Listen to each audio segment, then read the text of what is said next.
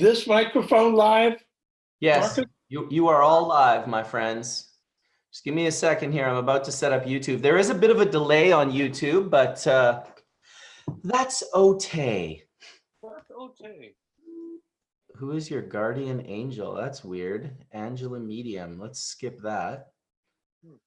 All right. Okay. All right. Well, I want to say something because I haven't yet, which is welcome to Hash Church. Holy smokes. I should have written 3.0, but I'll be honest, I wasn't ready to let go of 2.0 yet. I think that we only did 19 2.0 episodes. So I was like, it's still episode 2.0. We're in episode 20. This is the new platform, Zoom.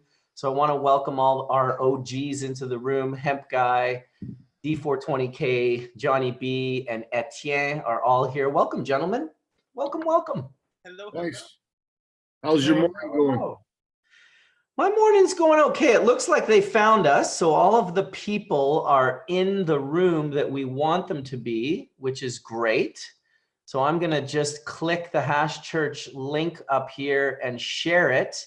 I don't know if you guys understand, but usually what I would do is I'd create a page on YouTube for the live show because Google worked through YouTube. Now I can't do that. I can create the show on YouTube, but when I start the show on Zoom, it creates it in a totally different box. So not quite the same as before, but that's okay. I'm just happy to be here. Got Douglas K. Gordon is going to come in today. He is the gentleman throwing the Canex conference in Jamaica. He's going to come talk a little bit about that. We didn't really have anything in particular to talk about today, so I just thought, let's just get a Hash Church under our belt. I missed these guys. Being able to come in and do this with you guys, to me, is, I'll be honest, I really, really missed it. Well, we missed you too. I look forward to talking to you guys and shooting the shit once a week. And you know, I was talking about it with someone else the other day, that dialogue that we did at Hash Church over the years really had a profound effect on the community, and it really helped sort of steer some of the things, some of the dialogues and conversations that we came up with from, you know, different, terpenes and rosin vape carts and terpenes and rosin itself. Both of those things were very, very rare to see in the world of cannabis prior to our talking about it on Hash Church. So that's pretty good. I'm going to give Hash Church some props for that, and all of you guys for being a part of that. It's fucking great. Not sure where everyone else is, but hey, I got my crew. Yeah, but I don't see us on the YouTube screen. You don't see it on the YouTube screen? I'm looking for that too. I don't see Let me figure you out. Let me figure you out here. Maybe I'm all by myself. Maybe I'm not. Let me see. You're right. We need to figure this out. Oh, there's Darren. There's Darren. Darren just popped in. Okay, but it's all of us. Woohoo! Hey, that's a different screen, guys. I like it. You like that, Johnny B, where we can see everyone? It's kind of out there right now. It's on YouTube, Johnny? Yeah, I put it, it's on YouTube. So thanks, John, for that. I'd like to be able to see everyone. I probably don't understand how I have everything set up. I thought when I set it up, and I wonder if I set it up, like when you guys are up top, it's interesting that you don't show up there. But no worries, I'll put it in gallery view. Welcome to Wade Laughter. I got a little pun there for your name. And of course, Mike West is in the room as well, who just showed up. He is on mute, so we won't be able to hear him right away. But geez, he looks like he's just fishing or something on that picture. And pull the mic closer to me. Yeah, Johnny B, they're saying you need a mic. Superior Genetics loves the hat. This was a gift from Ian Davidson. Apparently they were the OGs to do compost, and then Jonathan from Forever Flowering Greenhouses came out with his version, which was light depth.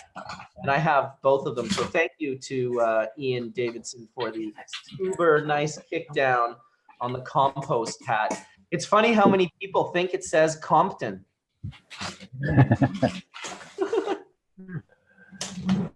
I like it. We've got 4 people wearing hats today, although one of us who's wearing a hat is wearing a very different type of hat. And then Mike also has his kind of on the side. So I'm just making like really obvious. I like the Embark hat though, bro. You're on mute. Morning. There you are. course. Morning. One pair of headphones. I'm gonna mute Johnny B because he's talking to himself and making noise. And would it be Hash Church if Johnny B wasn't making random like sounds with his mic? Bong rip.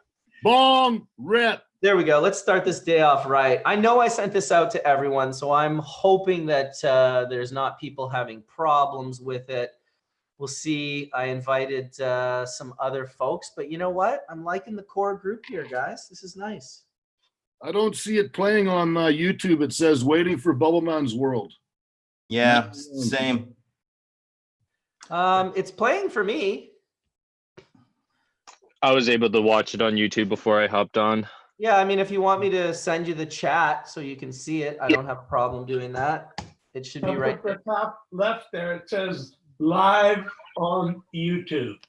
Yep, that as well. But he's probably looking at the old YouTube link, the thing that I was trying to explain earlier, that we don't come in on that link. We start a whole new one. So most everyone's there. It's definitely playing live, says OG Bricks. So I'm listening to, I'm watching the chat. Hopefully some of the girls show up. I did invite Hillary Black. I invited Wendy Turner. I invited Debbie Goldsberry. I invited Callie Blackwell from the UK. So hopefully some of them show up, as they always have. The last time I kind of did a Hash Church and I invited Callie and Debbie, they both had showed up for the first time and it didn't work. If you guys remembered that, we had a little bit of bed. Hey, Mark Scialdone, how are you, buddy? Hey, what's happening, Marcus? How are you? On what level of extremely stoked were you at when you saw the the trucks and Trey Last night? Then the Trey and I can't even pronounce the name of that band. Derek Trucks Tedeschi Band, right? No, the other one, Kwang Bin or whatever, because Trey played with them right. too. Did you see Right. that? Yeah, last night they did Layla. Yeah, well, last night they played with Trucks Band and he did Layla and they did like they did the Jimi Hendrix song Little Wing. Yeah, incredible weekend of music there. It was really good. Compare that honestly to the Warfield shows back like however many years ago when Phil and Friends with Trey and Mike. Yeah, it was epic. I mean, I think Derek is just next level. He's got, the Dwayne Allman thing just down, like playing slide.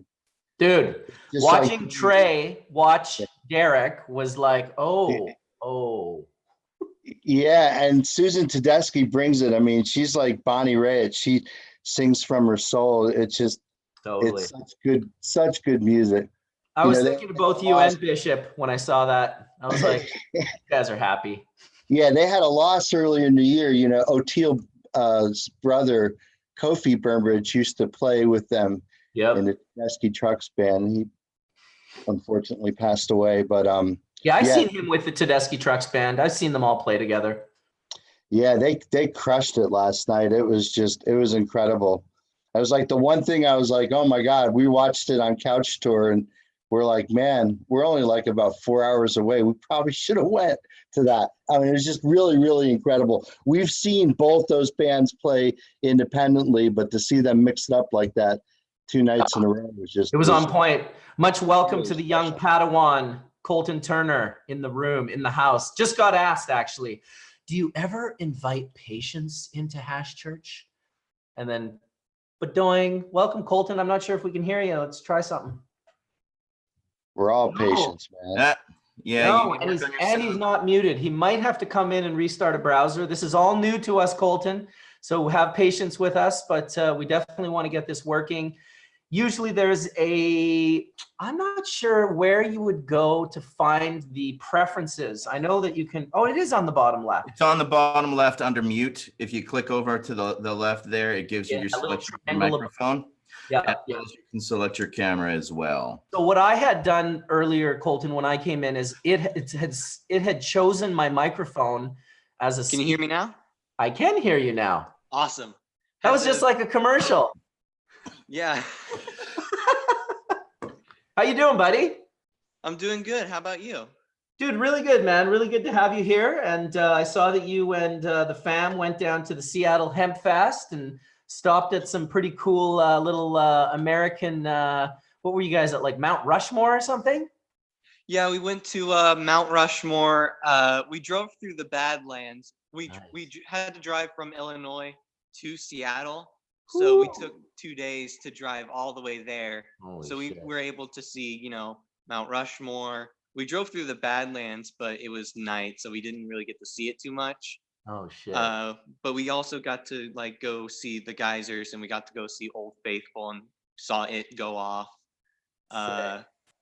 That's But awesome. it was really, we got to drive through, Yellowstone Park, so it was really fun. And even when we got to Seattle, Hempfest was just absolutely amazing. Everyone there was absolutely incredible, and I'm never gonna forget it. So that was your first Hemp Fest? That was my first Hempfest.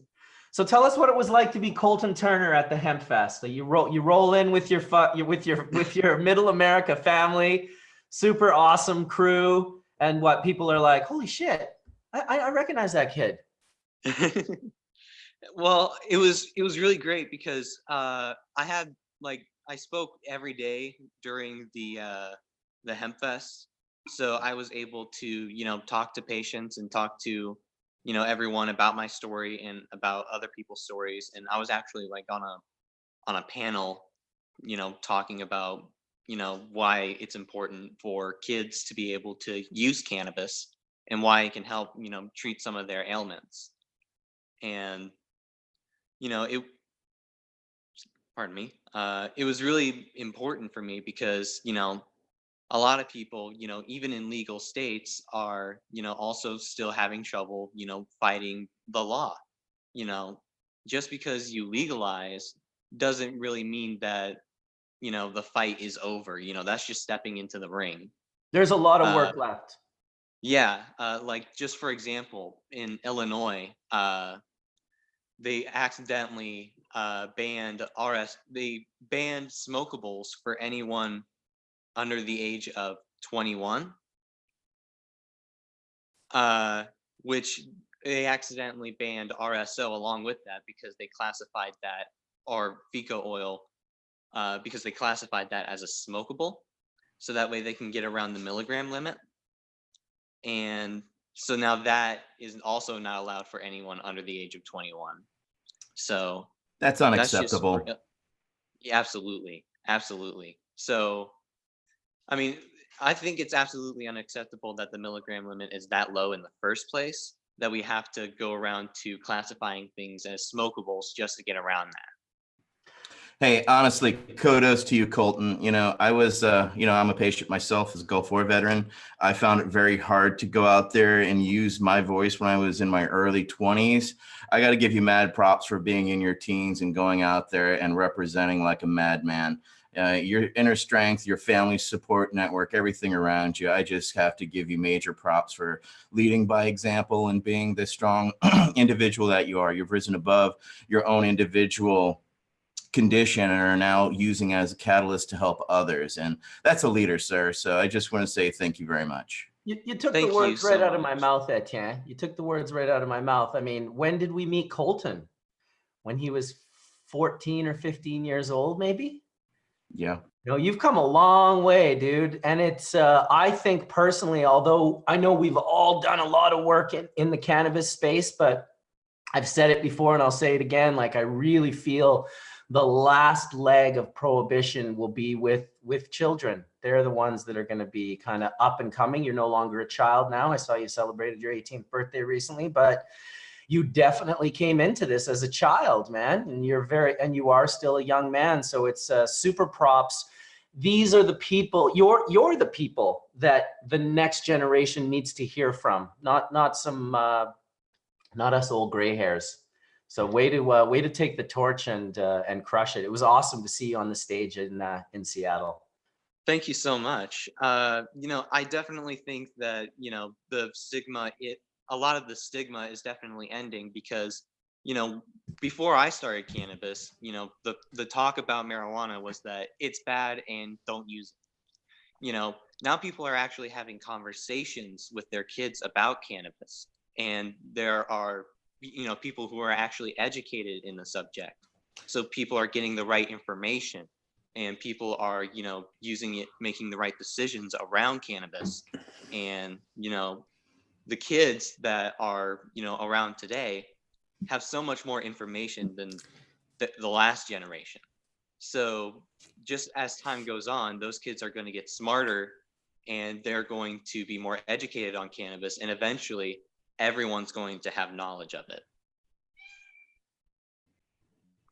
Well, what's nice about it now is that the kids are learning. As before, there was no education for the kids. There was nothing there. It was, it's wrong, it's illegal, don't touch it, it's bad, it's going to cause you psychosis. I grew up in the 80s where, you know what, if you were smoking a joint, you were hiding. You were putting mouse spray on you, and you were like making sure you didn't smell like weed. So it's just fantastic to see where we are today in today's era, that, you know, the kids that when I was 16 are being educated on cannabis, are being told they need it. It could be preventative medicine. There's all kinds of different things. And it's just great to see you kind of like speaking it, like showing exactly how cannabis saved your life. And like myself, I want to tell the world how much it helped me, just like yourself, Cole. You want to tell the world how much it's helping you. And that's a thumbs up, dude. I love that. Yeah, the student has become the teacher now. Yeah, well, that's the best part about cannabis is it you become a student, and then you want to teach everybody, and that's what cannabis does. You become the teacher, you become the professor, and over time, you are the person that everybody's looking at, going, "Wow, look at how much it's helped you and saved you," and you're able to touch the people that are suffering from the same condition. Like I know people, and I look at them, they're like, "Dude," and I'm just like, "Yeah, smoke one of these, or take some CBD, or you know, that's the biggest thing is it's there for us to just take and learn from." On so many different levels too, you know, there are the, you know, there's my level. I didn't come into it as a patient. I came into it as a recreational smoker. I was 14 years old, puffing a joint with my buddy. And we just grew to have that experience with cannabis without really the, you know, the more serious kind of like, you know, the patient story, the Colytn Turners, the John Burfellos, you know, the Etienne Fontans, the patient stories are powerful. And those people, when you have that patient story, well, of course, you're going to have to tell every single person, like, I mean, oh my goodness, like you just dealt with this ailment with this particular herb in a way that is super profound. And now you're going to hear someone be like, oh yeah, I have that same thing. Like, you could not tell that person if your lips were stapled shut. You would have to tell them. You would make it a point of telling them. And that is very profound. Right. Like when I, you know, came out and said, hey, I'm a Crohn's patient, I use cannabis, you know, I spoke out because Crohn's disease is a very taboo disease. People don't like to talk about their poop.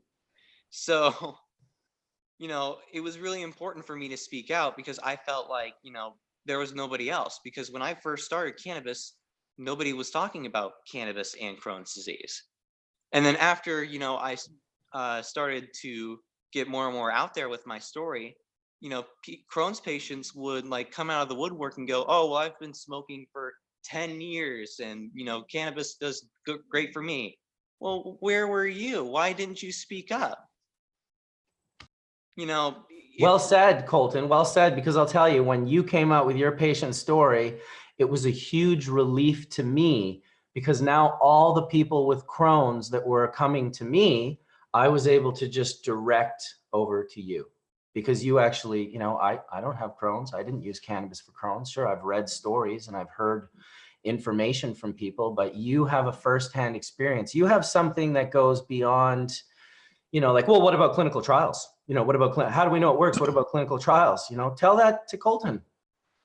Well, Colytn has gone even above that and actually set up a foundation. So there's a Colytn Turner Foundation, which I actually just sent a friend of mine who has a young daughter who has Crohn's, and send him your direction so that he could talk to your mom and talk to your support network and have an understanding as a parent, because he's in an illegal state.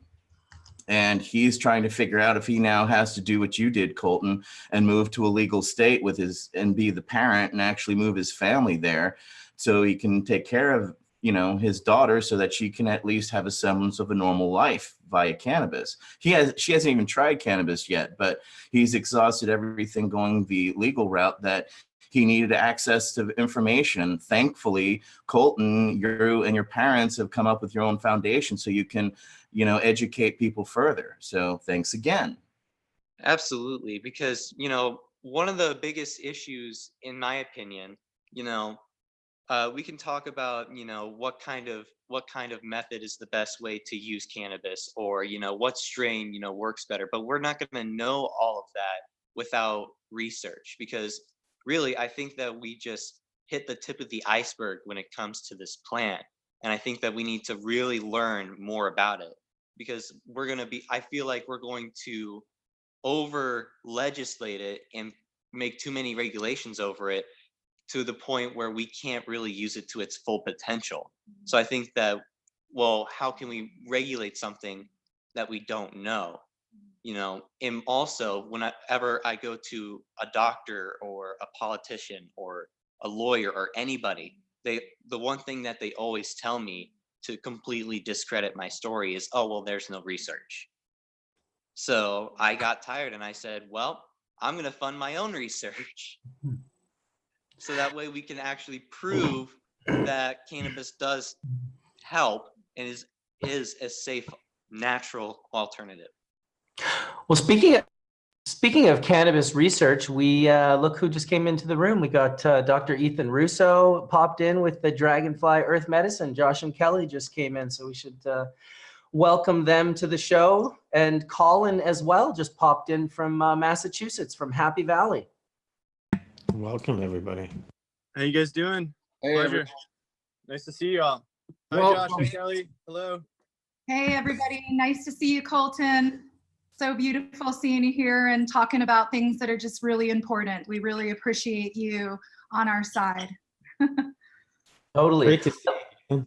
I love the sarcasm that he approaches it with, this sort of like, I'd rather be illegally alive than legally dead. Like, ooh. The first time I heard that, I was kind of like, whoa, that's kind of sharp. I like it. The first time that I said it, I was 14, which is, you'd think that, an adult would say that, somebody who's, really cool and intimidating and, people who have done the time, but it was Colytn, you did your time and it's okay. You're a hero. You've lived through it. You're a survivor like the rest of us. You're a man now, but you were a man surviving through that entire time. Most kids never have to live with the stigma, much less the trauma that you and your family had to experience. And that saying comes from the heart, from the soul of a survivor. Mm-hmm. It's not sarcasm at all, right? It's And no sarcasm. You know what I mean, And though? it's Just sad. that harsh, to them, to the other side. To them, Right. Like for us, we love it. But imagine being in law enforcement or something and hearing that from a 14-year-old boy. A 14-year-old boy that had to move away from his grandparents so that he could, access cannabis as a medicine. Pretty. Yeah, I think you're mad cool, dude. Thank you so much. Second that. So are all of you're up to you. that. If it wasn't for you guys, then people like me wouldn't be able to have the information that they have today, and people wouldn't be as educated as they would be today, because you guys are pushing the discussion. You guys are pushing the subject, and I really appreciate that. And I know that patients all around the world appreciate it too. We're more of shoving it than pushing it. Even better. Right down the throat. We're done playing Sisyphus. Everybody else can catch it going downhill now. Yes. Right. To Exactly. be Yeah. So honest, someone in the chat said that sounds like something Skunkman Sam would say, and it really does actually. to be honest, one of the big things pushing the whole reality now is big business, big government taxing. They smell the money and they want it. And I give a damn who makes the money. I just want cannabis to be legal for every use by everybody, everywhere. True that. You know, Sam, you've been saying that for 20 years or more. And finally, it came true about big business. They are driving it. They're now paying for as much research into cannabis for beneficial reasons as the NIA ever did. That is incredible. I mean, if you go to the ICRSs, I mean, Ethan, you go to all these events. Don't you think that you can see this incredible growth in the money that's coming in for research? Yeah, I do. The problem is a lot of it is not aimed in the right direction. Let's take the situation in Canada. You've got something like 200 licensed producers, but the main activity is mergers and acquisitions rather than actual research. And that's true with few exceptions. Additionally, a lot of what they're gearing towards research is just observational studies, which are not helpful from the standpoint of really convincing the physicians or the regulators. You know, it's nice corroboration for those of us who already understand the medical benefits of cannabis, but you know, if it were up to me, a lot of this money would be aimed in a different direction that I think could advance the cause much more effectively. Like much more effectively than paying like 147 million euros for the Volcano company, or like 224 million for Anandamida Labs. Like those are some pretty bad, like I was actually pretty surprised at some of the Canadian mergers and acquisitions that have occurred. No more so than the investment of Constellation putting 5 billion Canadian dollars in. I was like, man, they got to put some of that into research. That's a lot of money. It's also the same as any new big business. I mean, when the automobile industry started in America at the turn of the century, there were hundreds of automobile companies. Now, how many are there? Yeah. It does seem to be the plan is to try and be one of the big four, or the big five, or whatever the big number is going to be for the way it is for so many other things, right? It's the financial posturing has begun. Mm-hmm. We just don't Dr. worry. Russo, We just I had stay a question. not worry about it. You know, they'll just be folly, you know, here and there. Did someone say they had a question? Yes, this is Wade Laughter. And Dr. Russo, would you, I imagine you saw the study that was just published by Merrill and others in Israel on whole plant preparations, decarboxylated and non-decarboxylated, and their effects on cannabis? Not sure. Maybe you could say what their premise was or what were their findings. I'm not sure where the funding was. I think it was with Technion University, and they were looking at commercially available products in the Israeli market. They got like 120 different products. They tested all of them for 89 cannabinoids. There was clearly a lot of money behind the study, but they picked 12 plant preparations, whole plant preparations with a whole range of cannabinoids, and tested them for efficacy against, I think it was 20 different cancer cell lines in vitro. And then of course they kept controls of straight THC and straight CBD and whatnot, but they found some of the more unusual cannabinoid mixes had really profoundly good results at low doses against a bunch of different cell lines. Now I'm with you. Yeah, a lot of this work was done by David Meiri in Israel at the Technion. I know him, I've seen him numerous times, and yeah, this is a good advance, but we have to be careful in interpreting these results. What they're doing is testing different concentrations of material, either whole cannabis extracts or fractions thereof or specific molecules in cell culture. What we have to remember is that a lot of substances will kill cancer cells in cell culture, but that doesn't necessarily translate to an effective treatment in humans. in this instance, yes, we know that cannabinoids can kill cancer cells. They promote apoptosis. Apoptosis is programmed cell death, which sounds like a bad thing, but cells are supposed to have a normal lifespan. What happens in cancer is that they're not heeding the normal signals and they become immortalized, which is a way of saying that they grow forever until something stops them, hopefully a medicine. But I think that that kind of research can aim us towards what might be effective agents to promote then through selective breeding of various chemovar lines. But ultimately, it's going to come down to using these things in humans to see if they really work. Well, I was fascinated by the study because it seemed to suggest that the old school traditional way of making cannabis preparations, actually, it was a study that confirmed our experience, which is the right preparations seem to have pretty dramatic effect with some cancers. A lot of folks use really high doses, but I personally have seen some pretty good results at low doses in folks that don't really like cannabis at all, but have cancer. And it's just a nice confirmation of what I personally have seen and many other folks report, that something's going on with cannabis and cancer and many other conditions. The problem is most of the research, in order to be randomized, double blind, et cetera, et cetera, et cetera, you're having to use isolates, and it misses the whole picture of what the plant can do for us. That's what I was, And that yeah, that's all I got.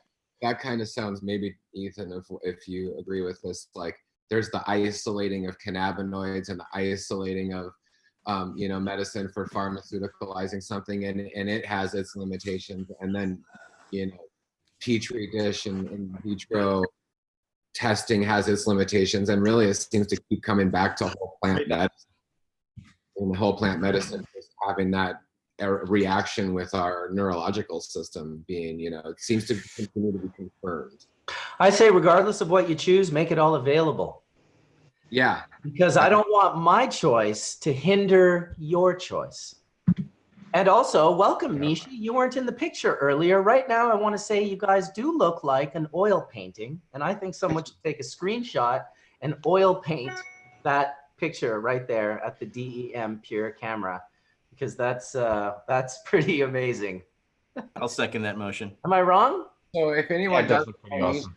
I'll let her explain. But it seems like it's okay. There it is. Right side up. Chronic relief. Yeah. Donor. It's on my shelf. Hello. So nice to see you. Hello. Thank you so much for the great People work. hear me? Yes, John, but Nishi was talking. What were you going to say, John? I'm sorry. He just said, can people hear me? So I was just saying thank you all for the great work that you're doing. I live in Austin, Texas, where cannabis is basically illegal. And we do have a fairly wimpy CBD law that serves a very small percentage of the population. It's a glorified warehouse hemp law, really. And, while it's super frustrating that we aren't making more progress in my state, we're making progress. And it's wonderful to see that through programs like this and the work that all of us are doing collectively, we are making progress, even though it seems painfully slow for us. It is progress. And what's super interesting to me at the moment is the fact that the general public is finally catching up to where all of us are. The problem seems to be that government isn't. And, I think that they're slowly getting there. And as they sort of come on board with seeing that cannabis is the true medicine and that it's very safe and effective, versatile medicine, hopefully we'll start to see better laws around the world that reflect that. even though it's painful. And I think that all of us have to continue to stay the course and keep talking about it. Give thanks. When And do you thanks, Colytn. think? When do you think things will happen at the UN level? We've seen the World Health Organization and others actually start to go for cannabis medicine, but we thought a potential vote was going to happen in the spring or potentially in the summer, but that has not yet arrived, and now we're looking to 2020 at this time. What can the individual watching here do to put pressure on so that we can see the results in the end? I'm going to leave that to Ethan. Sure. Basically, because of the work of the World Health Organization, they really should have to make a vote this next winter. The trouble is there's always someone willing to throw a wrench in the gears, and it looks like the Russians are opposed. And it may be that they'll find a way to put this off yet again. But the foundation is there. They've already recommended that cannabidiol be descheduled, and that there be rescheduling of other forms of cannabis and THC. We'll have to see. I think that at whatever level, people need to pressure their politicians, particularly on a federal level, to try and get this resolved. They need to understand that ultimately, I think it's economics. Money is what talks. And if we can convince people that there's money to be made through cannabis commerce, and that the prison industrial complex is not a benefit to society, then there may be changes. Yeah, ain't that the truth right there? I have a question about Parkinson's for Dr. Ethan Russo. If I could ask a question here, Marcus. Why not? Sure. So it's a pleasure asking this question, Ethan. I've had a family member. My father's had Parkinson's for 16 years to date, and we found a regimen of THC and CBD, slightly not quite a one-to-one, with specific terpenes that have helped his neurological being. And I wanted to know if you had ever seen any profound effects in your time with Parkinson's and cannabinoid-based therapies.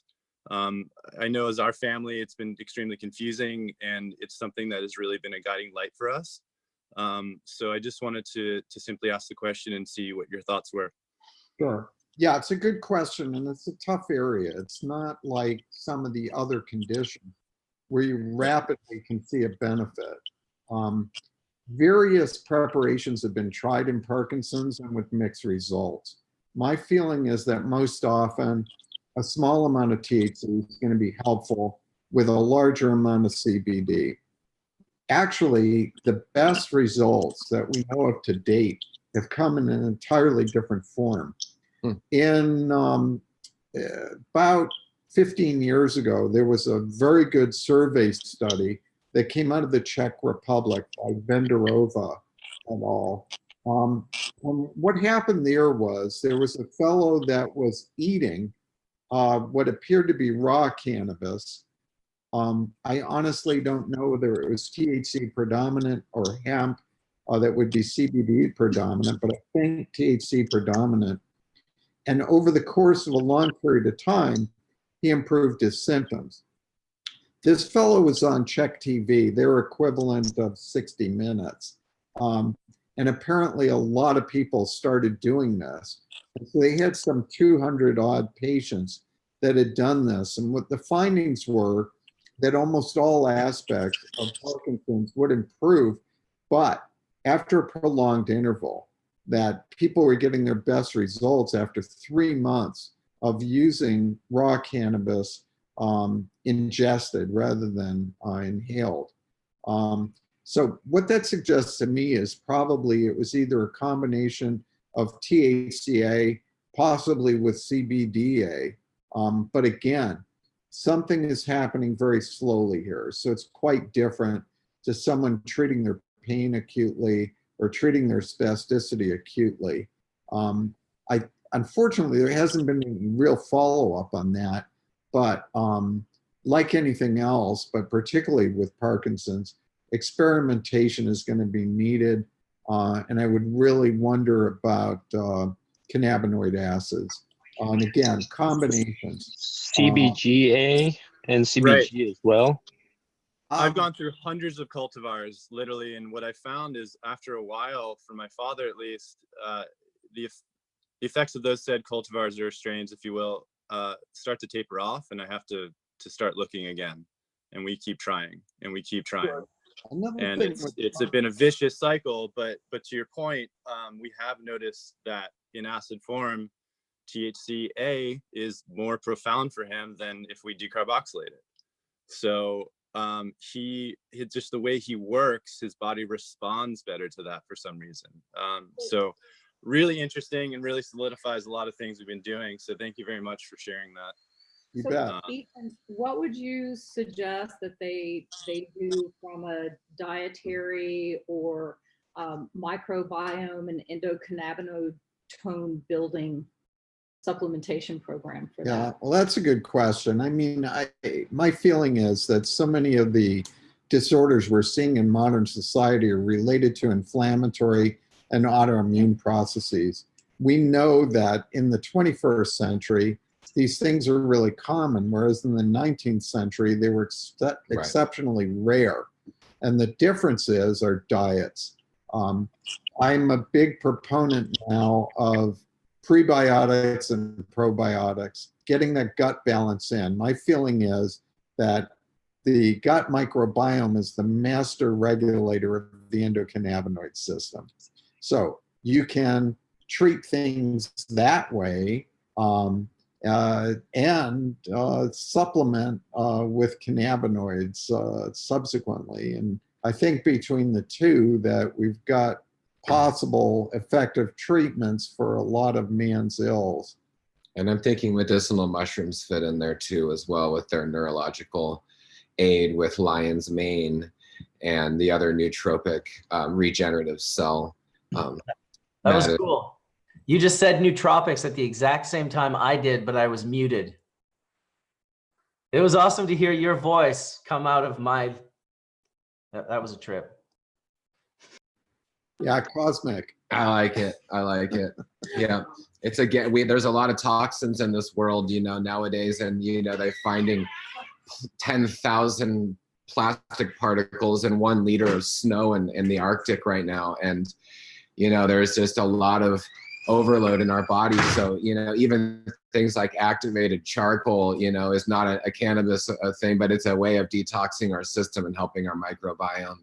And I think it's a combination of cannabinoids and terpenes, but it's also a combination of other herbal properties. And I think that Josh just touched on something that I think is really important as well, as detoxification.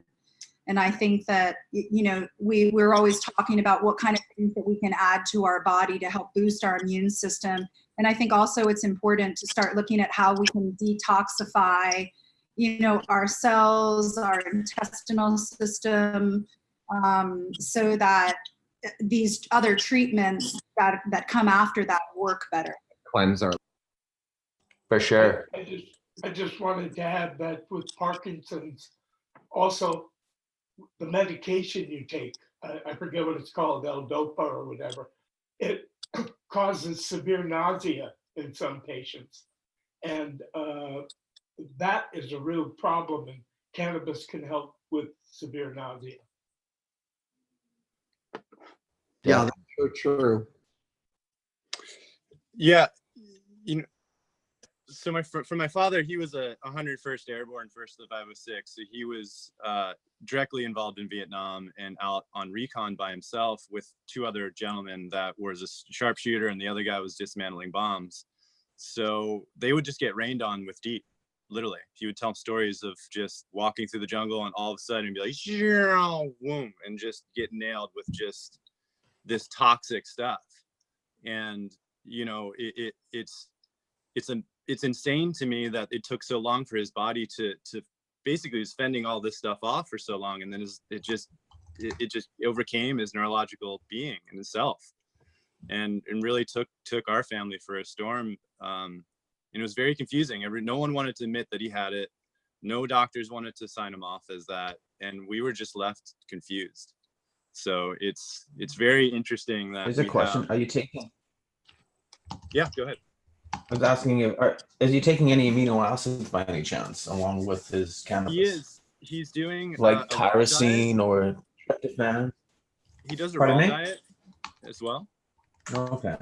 Because I take a lot of amino acids, and there was a paper why amino acids work that I worked on with Bree Stegman years ago, and I just looked it up, and it looks on the Parkinson's, Colin, and it states what we were just researching. Colin, that's par for the course. The VA will deny, and yeah, they basically give some of the worst healthcare possible.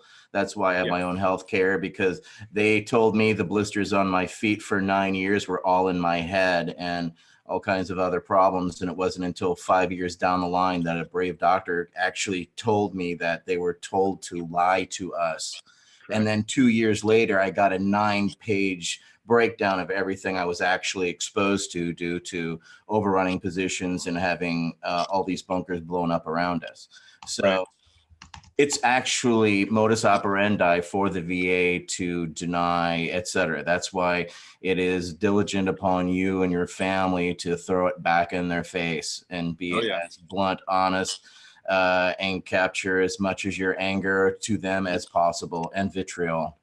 They deserve. Yeah, I mean, I'm in Philadelphia often. I do work with University of Pennsylvania, which is, you know, there's some smart people and great people over there.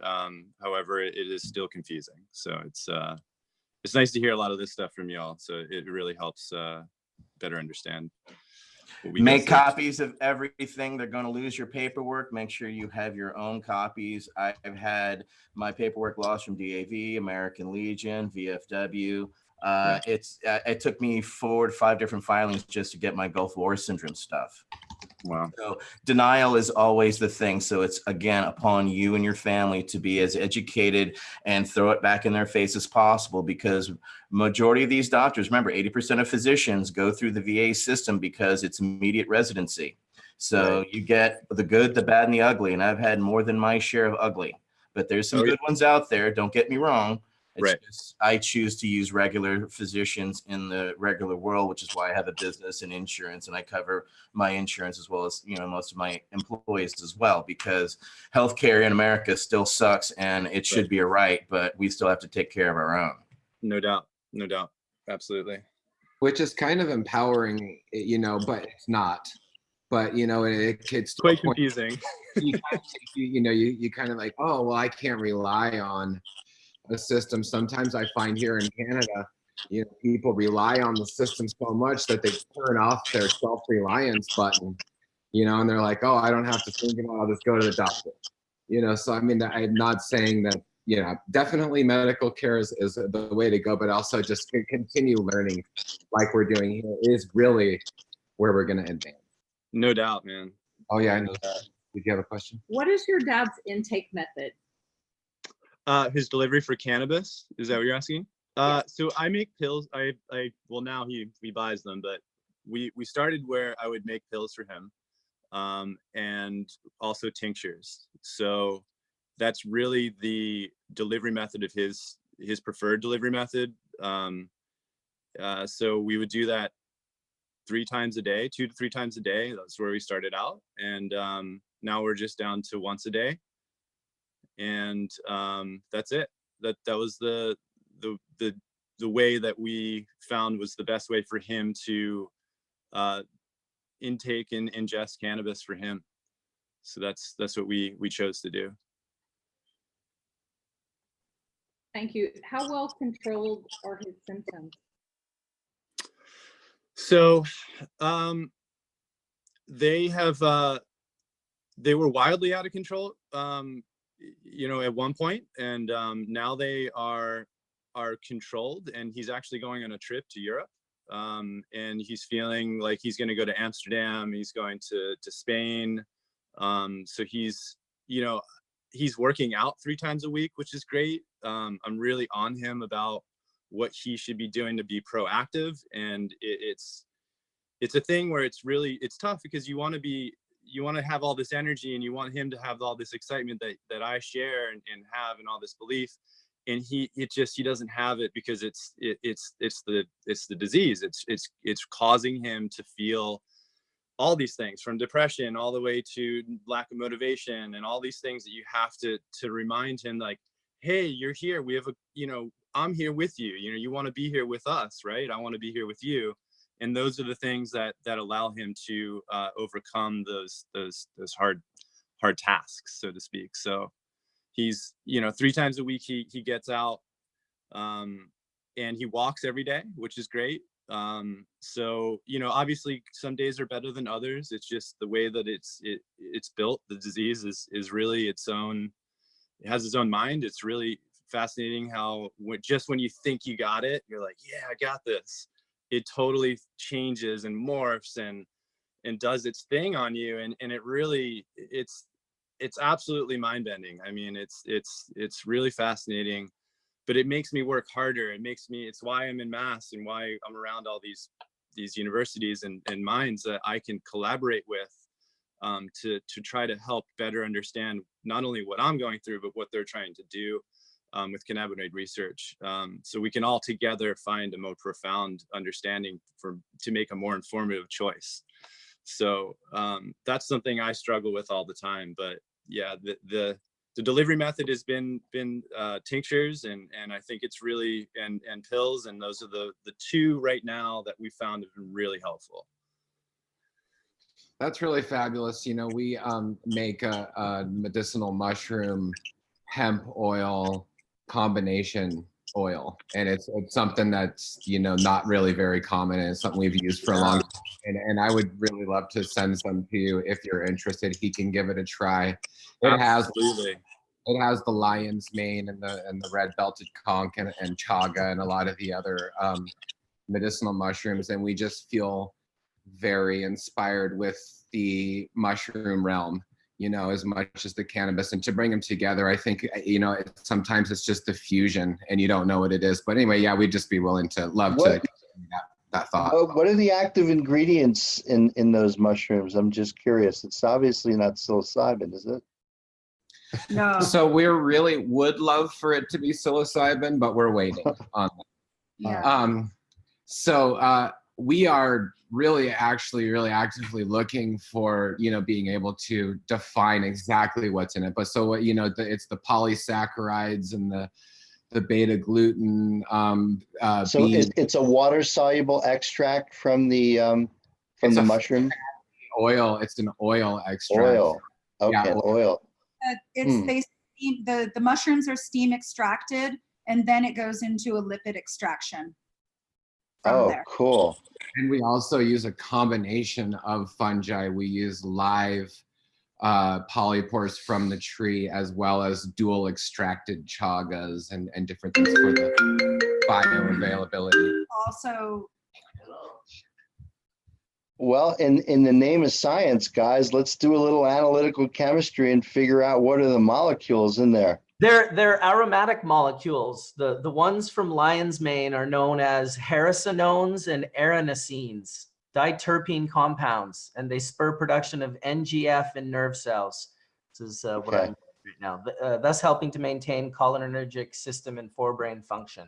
But that's just lion's mane. There's all sorts of nootropics, and Paul Stamets has an enormous amount of information on these mushrooms on his So website. they're not alkaloids, right? They're not, the compounds aren't alkaloids, they're terpenes. Well, in this particular instance, the bioactive's in lion's manes, but there's a whole bunch of nootropic mushrooms, like he just mentioned, chaga, which is another one. There's a schwack of them. Memory and nerve support. So Paul Stamets is getting into it. It's the real deal. What's that, Kelly? I was just saying, Mark, we were talking to you a little bit earlier, and we did want to, get to the bottom of this. We've never really separated cannabis and mycology in medicine. We've always mixed the two and had tremendous results from the patients who have been taking it. But really, there's so much unknown because we weren't able to test it in a regular testing facility because it also had cannabis in it. So now we have this ability to move forward and really find out what is in this medicine that's been working so well for people. Yeah, I mean, now that there's plenty of labs around that can do cannabis testing, a lot of them do have the analytical instrumentation to figure out what some of these other minor compounds might be that are in there. I was reading last week or the week before that the flavonoids are 800 times more stronger than aspirin and Tylenol and certain things that the researchers just came out with. There was a big article on it. I'd like to find it again. Did anybody read that? All right, beautiful people. I love you. I have to head out. I want to say a happy belated birthday, D420, as well as congrats on your business, Bubble Man, and Ethan Russo. Thank you for coming in, man. Many blessings. Colytn, everybody, I thank you very much. I'm off. I'm celebrating my 50th this week as well. So I love you guys. I'll talk to you later. Happy birthday, brother, and thank you. Happy very much. birthday. Thanks for Bye, coming out, Etienne. Etienne. Darren, you haven't said it for yet today. Yeah, he did. He said it 53 minutes ago. Yeah, but you know what? I will say it again. It was just such good conversation. How do I interrupt that shit? Honestly. Oh, yeah, exactly. You know, so I'll give it a good one here. Bong rip. Oh, and we gotta. This is in honor of Brandon Vizzle. He said that he's a big fan, and if he could get a shout out, it would make his day. And I'm thinking, well, if that's gonna make his day, then shout out to Brandon Vizzle. Hey, bong rip, Brandon. Let's do this. Let's do it. What up, Brandon Vizzle? I'm only going to do a 2-hour hash church today, so we got another hour left of dialogue, and happy to take it in whatever direction that it goes in. Just happy to be joining on the Sunday morning with all of you wonderful people again. It's been too long. Could I try to steer this in a little direction? It's kind of off topic what we were talking about before, but I would really like what would be the easy, well, not easy start, but how would a guy like myself who hasn't done the living soil or any of that sort of stuff before, where would I get started on this? Getting started on learning living soils. Well, you know, we did do a good hash church on soils. I think it was a year ago or something. And if you look back and resource that, it has a lot of information on it.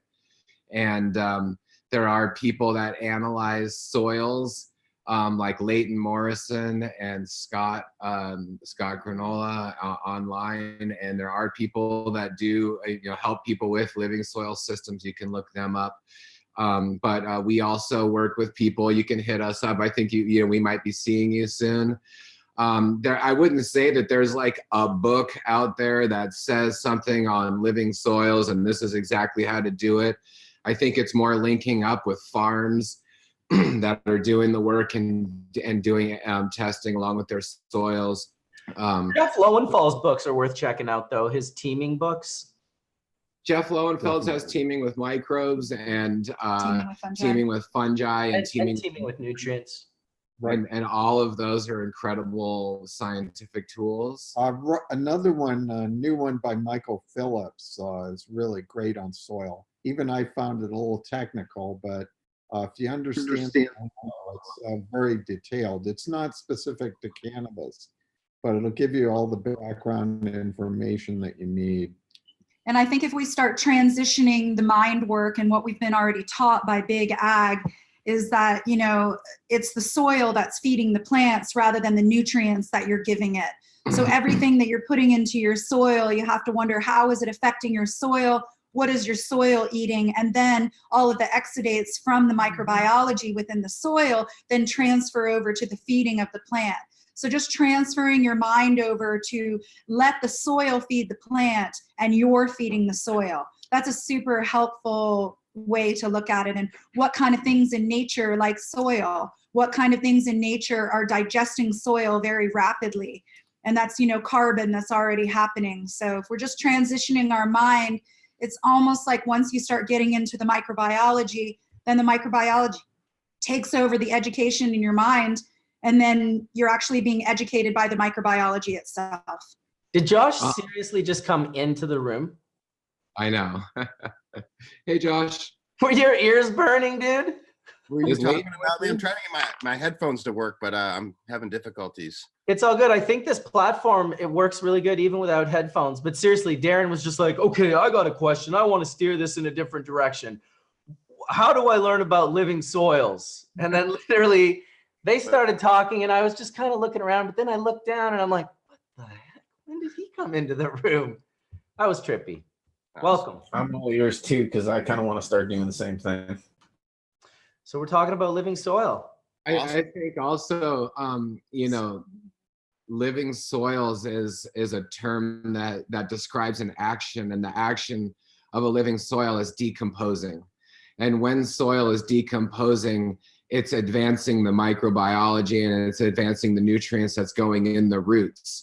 So traditionally in cannabis growing, a lot of people bought soil that was finished. You know, it had this maybe peat moss or cocoa, and it was this finished, cooked down soil with all the nutrients in it. And you bought this finished soil and then you added teas to it throughout the cycle. But and it wasn't really alive in the same way. So what we're learning now with living soils is using you know, combinations of raw materials in the beginning, in the making of the soil, like different alfalfas and hays and different carbon sources, along with certain parts of biochar, which is sort of a charcoal in the soil, which allows microorganisms to live, but it's also somewhat of a filter. And then you add in a nice mulch or top layer to the soil to continue the feeding of the microbiology.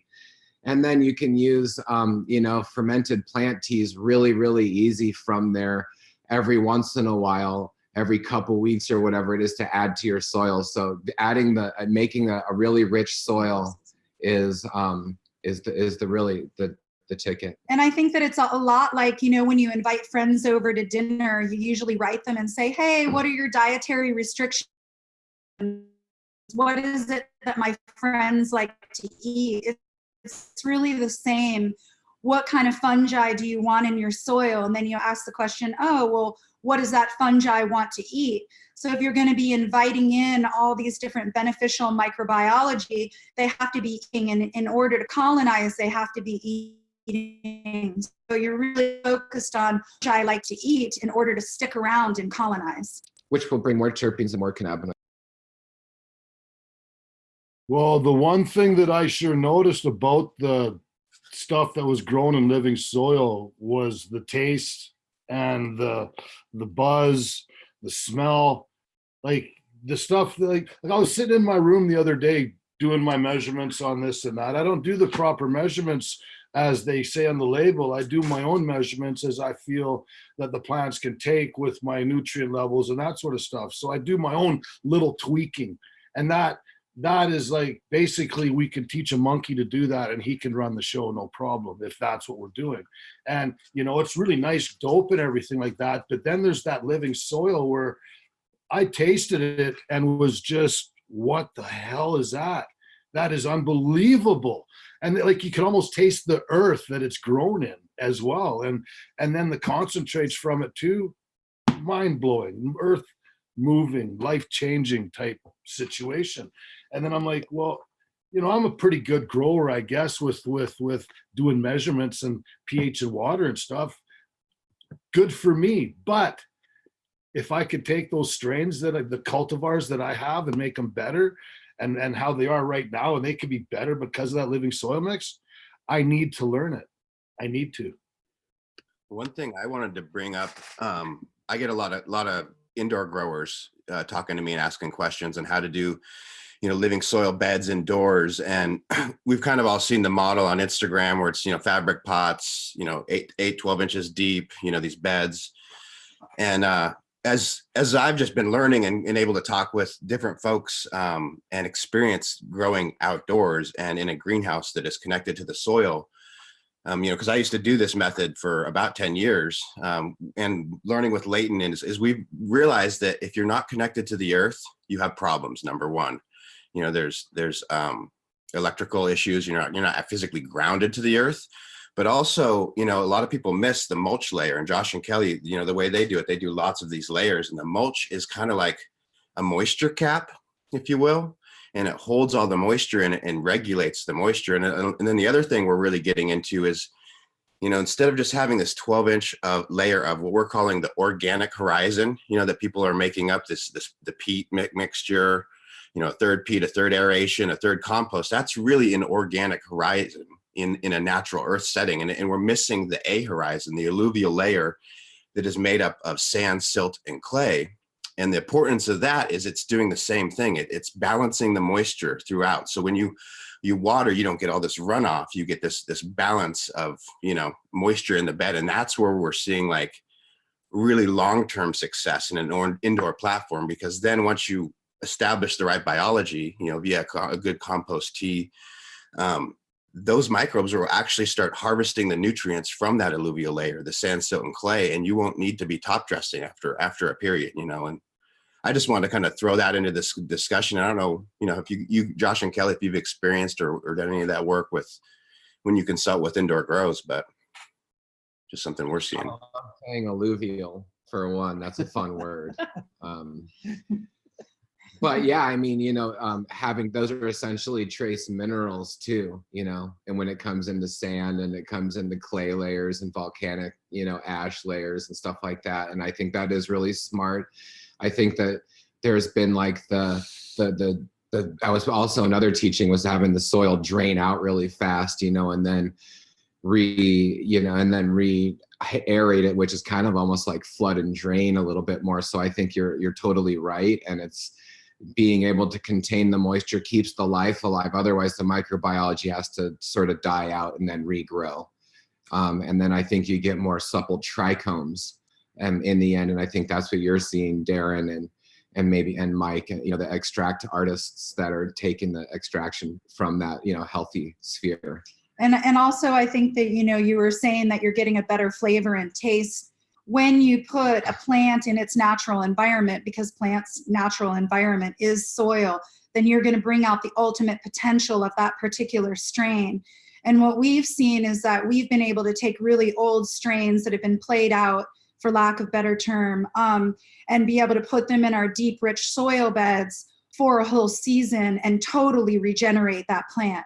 There's a lot of regeneration talk with tissue culture, and I would like to really put in the hat regeneration of these strains through deep soil, living soil techniques as well. Yeah, I would just add that I've seen this work. These guys have documentation of plants that are approaching 3 meters in height now that were this high 6 weeks ago, just through these techniques. And it's just with water. Good soil and water and a lot of sunshine. And a lot of the big leaves that, we had that big leaf picture on there. I mean, we have lots of plants with big leaves like that. And anyway, it's not strain dependent.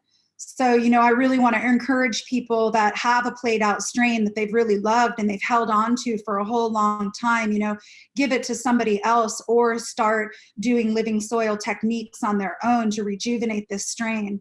And I think that that's going to be really helpful in the industry into the future. I would also add that when you carry that out, living soils give a structure to the trichome that allows you to cure the plant better afterwards. And it gives a longevity to the flowers. There's another thing. Thanks, John.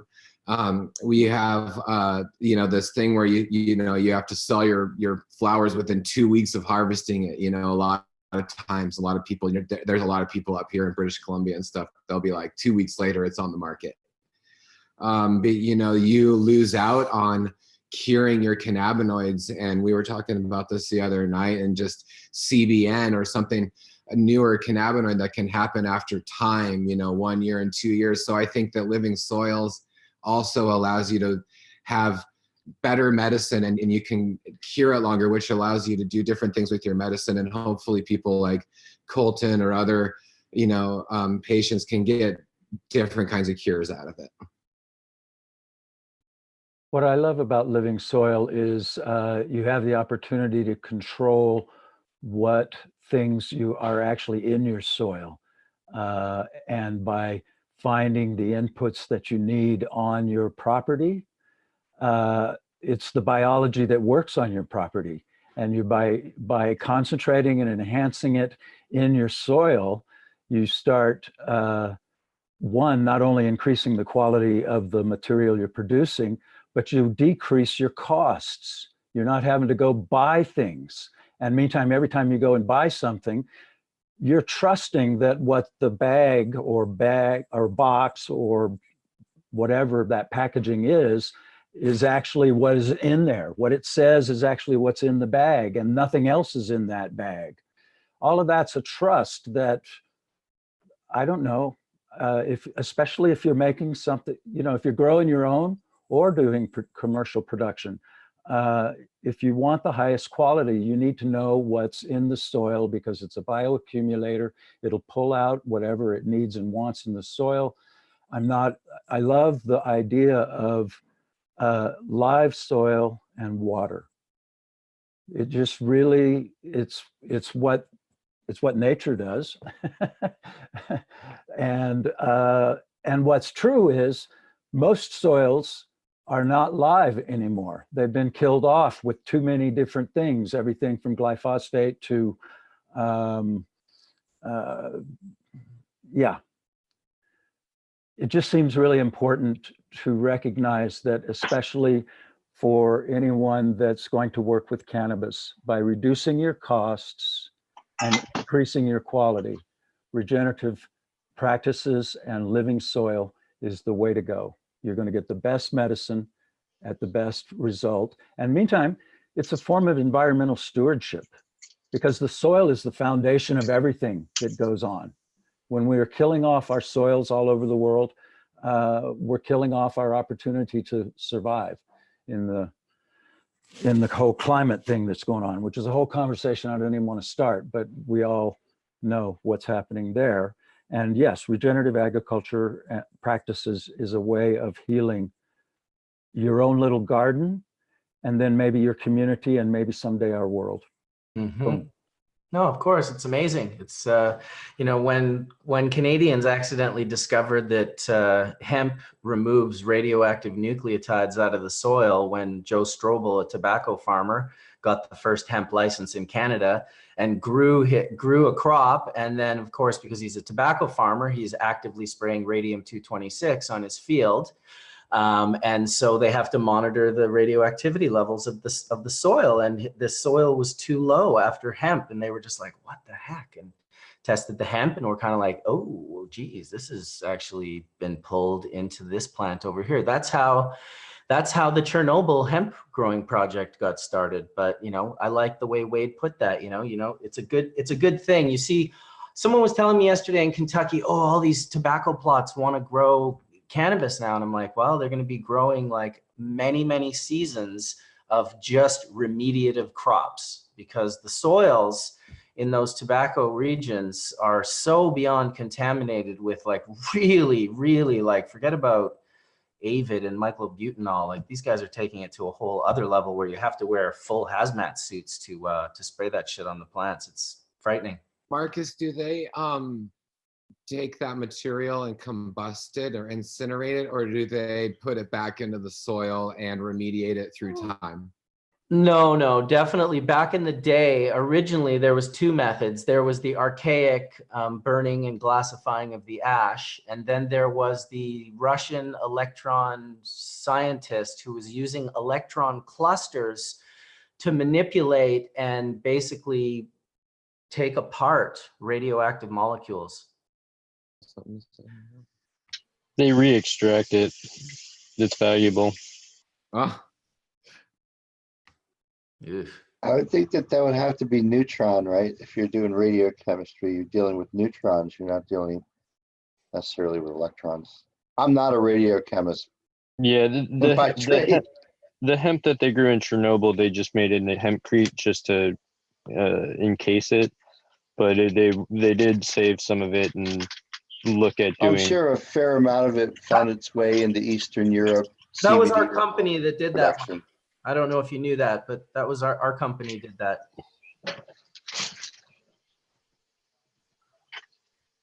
All right. Yeah, I was going to say, I wouldn't be surprised if any of that hemp was actually used somewhere in Eastern Europe for CBD oil production. Yeah, it's sold at gas stations in Florida now for in pens. It's really cheap. $2 a pen. Can't be beat. Forget Florida, even in cannabis unfriendly states like Illinois and Indiana. Yeah, you go to the truck stop. $2 a pen. Right. Oh my God. I just saw a whole case full of CBD gummy bears at a road stop, and it was very interesting. Wow. Yeah, so the state trooper that pulls you over and busts you for cannabis is all jacked up on CBD from the gas station. I'll take that. They don't- Radioactive CBD though, oof, I don't know. They don't know what to do with it. It's kind of humorous. Like I have a hemp license and a THC cannabis, recreational license, and my neighbor finally complained, and my enforcement officer for the rec came out to visit, and he's like, "They look the same, man. How do you tell the difference?" I was like, "You don't, dude, until you test them, And True that. True that. It's the same plant. oh yeah, I mean that's what I'm explaining it to him, and he's just like going, "Well, how do we regulate this when someone's driving down the road and they got a bag full of CBD buds?" And I'm like, "You don't, dude. It's a plant. Like we're the way we're doing it now doesn't make any sense. We got to go back to letting it be a plant." And I actually am very, in some twisted way, I'm very thankful to the big ag companies, Monsanto and them, for creating such freedoms for farmers. And in the U.S. we have a lot of freedoms, and so under the hemp bill we don't have to do any of the regulatory bullshit that I've had to do on the rec side, and it's amazing, And so are they. Which I know. I mean, good, I'm not trying to give them praise, please.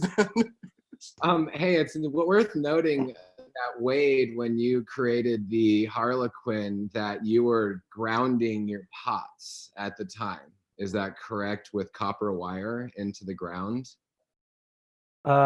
Yes, that's true. I was growing indoors in those days, and all of the plants were in shallow 10-gallon pots that and were bonsai'd and whatnot. I'd done a lot of work on making sure the water and the soil they were in and what nutrients I was giving them were things I liked, and had the best lighting I could find, on and on and on. But in sitting with them one evening, asking them why they were not, I could tell it wasn't there yet. They weren't totally happy. And what I heard was they were lonely. And I had to think about what that meant. And so I realized that plants evolved in the ground. And so I had a copper water pipe in the room that I had installed and knew it was good to ground. And so I hooked up some Romex 10-3, so 4 connectors, put them into a grounding bar that I strapped to the copper pipe, and then put the other end of the Romex into 4 of the first 7 plants that became Harlequin. It's part of how Harlequin got the name it has. Because the 4 plants that got ground were identical to 3 other plants that didn't get ground, that had the identical environmental conditions. And the 4 that had ground not only grew much quicker, had bigger leaves, their flowers 2 weeks into flowering were 50% larger. And at 8 weeks into flowering, the plants that had ground had 4 or 5 different colors vegetation, red, purple, orange, a little bit of green, a little bit of yellow, but just they were fluorescent coloration in this whole room of green plants.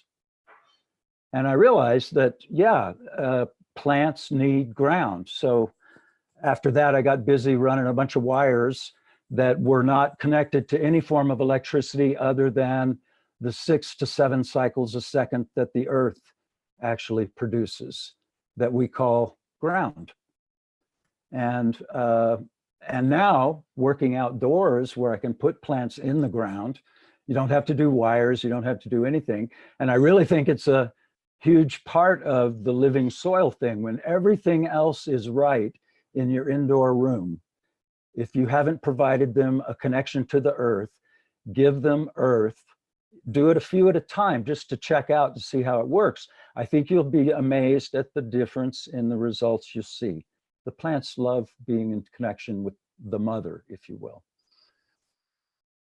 Go ahead, Nisha. Well, I was just going to say that actually visiting here with Josh and Kelly, this is the first time that I've actually toured an outdoor grow.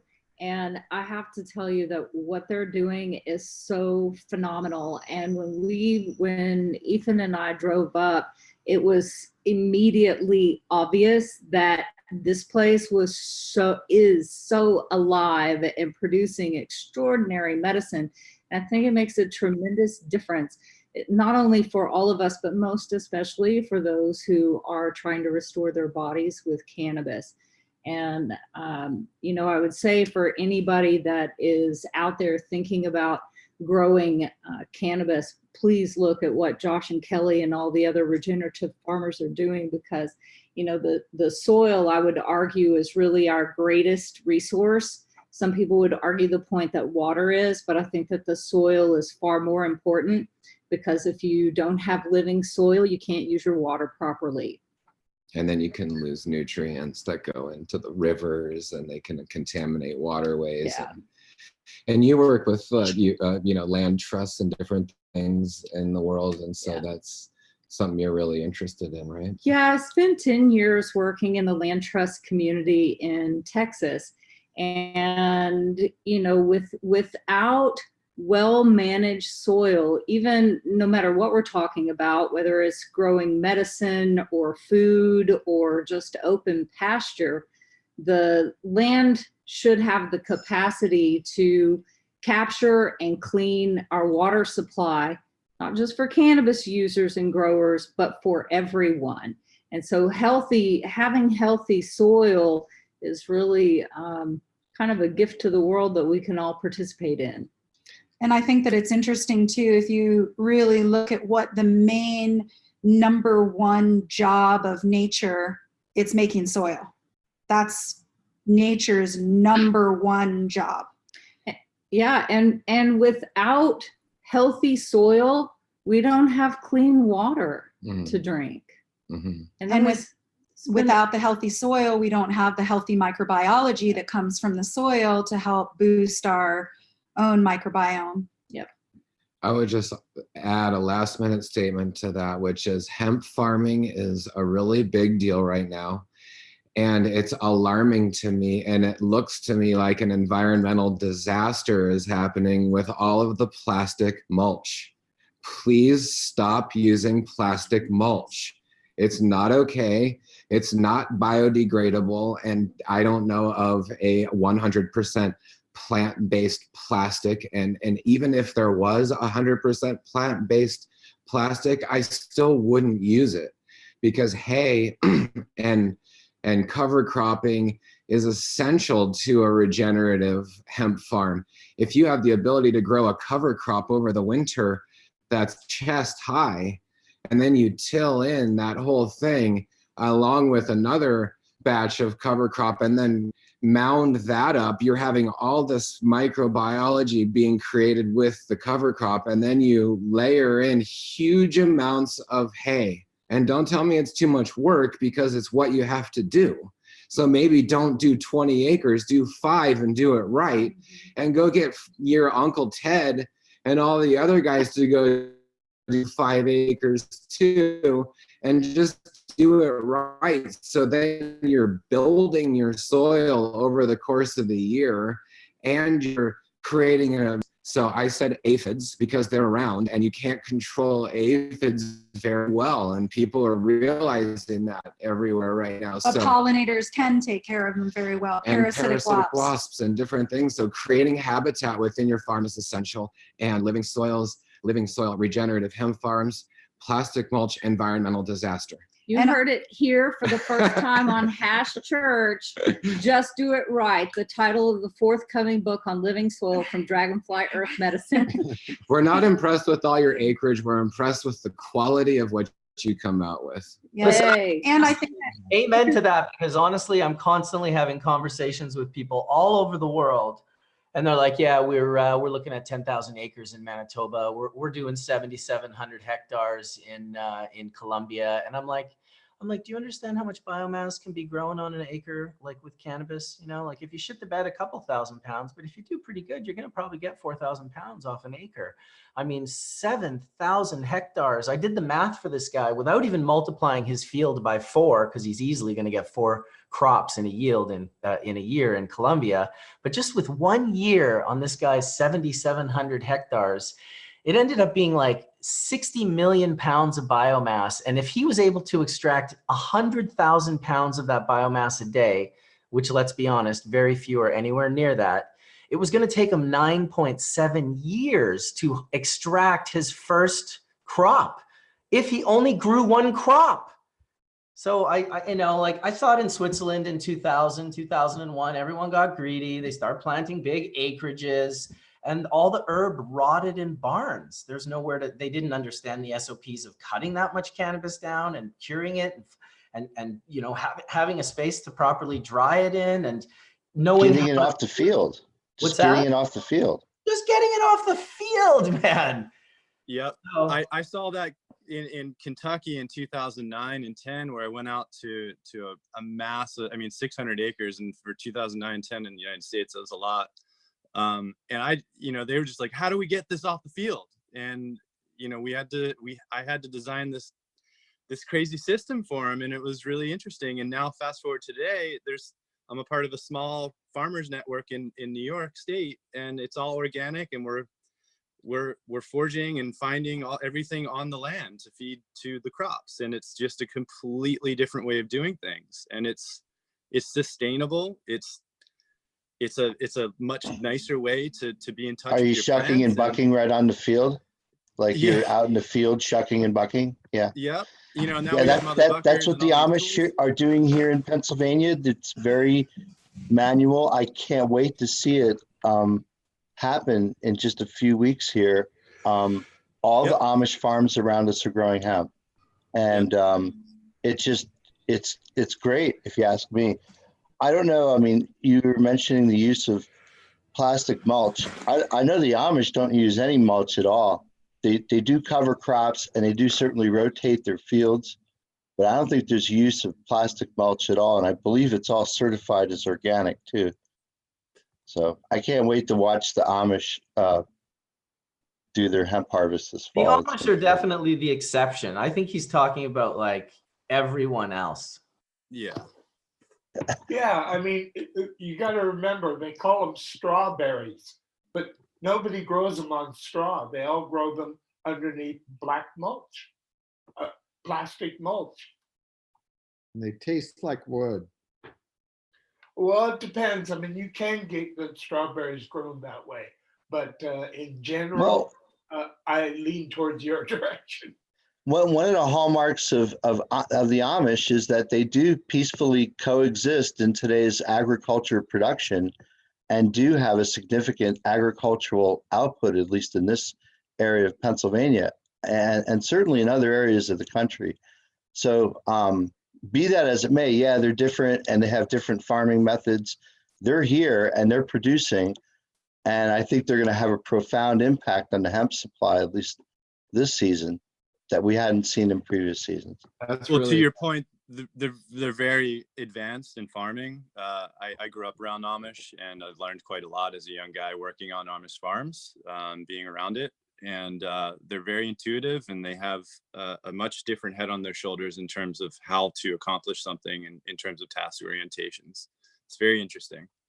Also, you know, we could look at the scaling of Amish, and the reason why it is so successful in the way that the Amish are doing agriculture is because it's many families per large acreage. It's not one company that's running 70,000 acres. You know, a lot of people ask us, can you successfully scale cannabis? Can you successfully scale cannabis? And my question back to them is, show me a big scaling in big ag that's actually successful. Because my feelings is that the big scaling in big ag is not successful, but the way that we can successfully scale in cannabis is taking large acreage and having many families or many growers or, you know, many farmers take over that acreage. And that's the way to successfully scale. What is the acreage that you guys grow yourselves? 5. We have 5 acres, not of straight cannabis, but 5 acres that we take care of. And probably about 3 acres of it is crops. And the reason is because we're still under medical license here in Canada, trying to enter into the CTLS, and we have plant numbers. So that's really the reason why we have 5 acres that could be cultivated, but we're not utilizing the whole amount. So how many plants is that? The plant license? No, how many plants do you grow generally? It changes every year because it's, you know, depending on what medical license we have at the time or whatnot. So Yeah, it's really changing. We just like to stay underneath any numbers that are licensed to us. So right now we're less than 5,000 because you can't grow more than 5,000 large ones on 5 acres. oh yeah, definitely not. No, it's it's we're more looking like at more 1,000. like 2,000, and our plant license is for 1,500. So by the time we call, and we ruthlessly call because we are breeders, so we go through and do a ruthless call of And- not only males, but ones that, you know, maybe aren't showing, you know, high immune response. You know, we'll get rid How tall is your average plant? Well, so we start our seeds on April 20th around there, and then we'll do another wave maybe a month later of seeds. And I mean, it's definitely a variation, but I'd say about 8 feet to 10 feet tall. Would you 8 say? to 12. Yes. Yeah. Yeah, 8 to About- 12. Right now, our Himachal Pradesh plants that we have that we're not light depping are probably about 13 to 14 feet tall. And also we start our seeds then, and then they grow naturally. And we don't use any trellising or anything, so the plants are naturally just being able to support I'm a them. strong believer in biodynamic organic gardening. I've been doing it for almost 50 years. And what I think one of the biggest differences you see is the amount of roots. I mean, you've got fuzz over everything, and it's just roots on roots on roots on roots, you know, but from the big ones to the little tiny ones. And when you pull the root out, it takes a massive amount of soil with it. It's really, really plugged into the earth.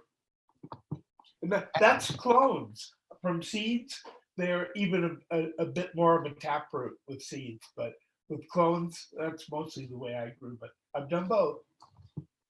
You know, one of the coolest things I ever did in our first hemp field in 1995 is we were collecting a few of the plants. They were tall. I pulled it out, just the plant. It pulled out pretty easy. It was just a hemp plant, but it had a nice long taproot on it. And we ended up pulling out like 5 or 6 of them. And when they were laying on this like trailer, I was looking at the roots, and on a couple of them, the root, it went down, it was twisty. And then right at the bottom of the root was the husk of the seed shell. Like you could see the whole plant coming out of it. I'd never seen that in my life prior to 1995. In all the plants that I had grown, I had never seen anything like that. We pulled up a few more and was like, it was fairly common. We were like, that's incredible. I would love to let Ethan maybe tell us some, you know, a brief thing on how to use the roots, because it's an often overlooked medicine. And just really quickly before, one of the coolest things I've seen with roots is putting a crystal right underneath the seed, and then the whole entire plant grows around the crystal. And at the end of the year, you can pull the plant up, and it's like a staff, and all the roots have grown around the crystal, and it's really beautiful. And we had a friend do that. But what are some of the properties in cannabis roots? How do we use that? Sure. So I became interested in this because a lot of the old literature referred to medical use of the roots. And typically the indications were to treat inflammation, things like granulomas, fibrous tissues, and also for cancer. Interestingly, the chemical makeup of the roots is totally different than what's in the tops, although oftentimes they're used for the same things. So in the tops, as everybody knows, we have cannabinoids and terpenoids. In the roots, in contrast, what we've got are triterpenoids, which actually the most abundant biochemicals in plants. And they're well known for having a protective effect on plant growth. And for us, again, anti-inflammatory and anti-cancer properties. And there are also alkaloids in the roots, which you don't find in the tops at all. So how you use them, a lot of people are incorporating these into dermatological preparations. So very helpful for skin conditions. And some people are cooking them and eating the roots. We really know less about what the effects are there. But I'll just finish by saying I was really surprised. Some months ago, I was in Santiago, Chile, and a guy was selling cannabis products on the street, and one of them was a tincture of cannabis roots. Nice. So this knowledge is spreading. Natasha Riz and I have an article that's, I believe, available online on cannabis roots. It's also available on the dempurefarms.com site. We posted it on there when you sent it to us. So yeah. Yeah, so that's really super interesting. Yeah, I had heard about this before from the roots and triterpenoids, not a whole lot, but it always made me realize that, you know, it wouldn't surprise me if cannabis had some powerful root systems, particularly when back in the day when we learned about producing ayahuasca using like a plant containing tryptamine, and then to try and find plants that had the harmine and the harmaline that would sort of potentiate those tryptamines. And we learned about Syrian rue, which was sold at like Middle Eastern grocery stores in North Vancouver and stuff. You could get this seed that you could consume with mushrooms, and it was sort of like an ayahuasca. But then we actually got like Varula virutis for the leaf from the DMT, and then we got Banisteriopsis caapi, root bark. And for years, my friends and I had access to this root bark. And I remember when we first met a Caradero shaman from Peru, from Iquitos. He came up, he was also a medical doctor, brilliant man by the name of Jose. And he was tripping out that we had access to the root bark. He was like, whoa, like the first 20 times you only use like the smallest leaves. And he said there was sort of a buildup, and only the hardcore shamans were doing the root bark with their preparations. He was actually kind of like, he was blown away and then actually kind of pissed off about it too. He was like, you guys shouldn't be doing that. Like you should be using a lesser, and to his effect, it was extremely powerful. Everyone that had those concoctions were just like, that is something else. In Jamaica, root tonics are really popular. Fermented root tonics are all over the island, and every Rasta makes a different, not every, but, just to say a lot of them make a lot of really great root tonics, and cannabis roots are often, a part of that. And in Chinese herbal medicine, traditional TCM, decoctions are made out of roots, alcohol decoctions, so like tinctures and stuff. So I think you get different properties out of tincture extractions from roots than you would get out of, say, a lipid extraction or an oil extraction. So it's nice to learn some of those different compounds and know what your target is.